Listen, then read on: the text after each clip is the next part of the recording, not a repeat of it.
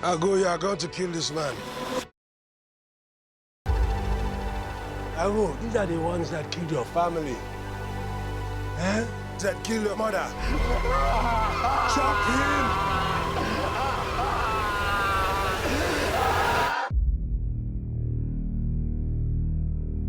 So the use of child soldiers in war is something that's been happening. It's a very topical issue.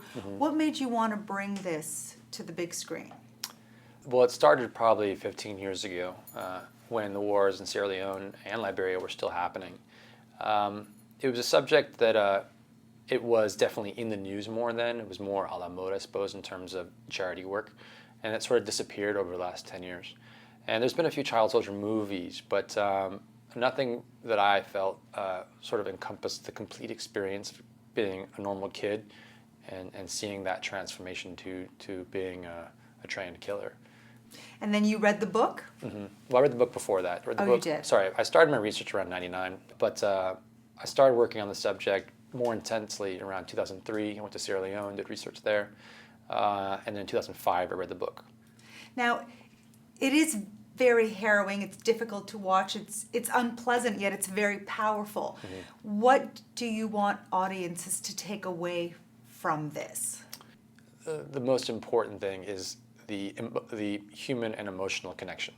It's part of the reason why, despite all my studies, I sort of stripped away all that context. It wasn't important. It's part of the reason why Uzo Dimewala, the author, and I felt it was important to keep the story sort of not in any one specific nation, because those histories convolute the human part of the story.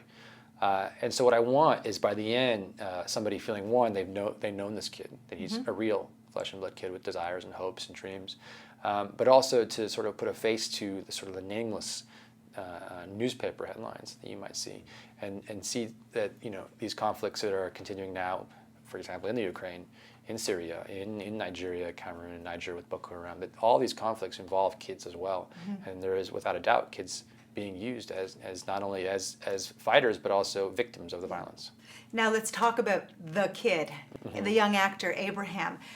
Apparently he's 13, even though he looks much younger on screen, yes? He's 15 now. He's 15 now. Yeah. So how did you find him? He's never acted before. And how do you have him engage in such horrible acts on camera, yet psychologically shield him from that as a director?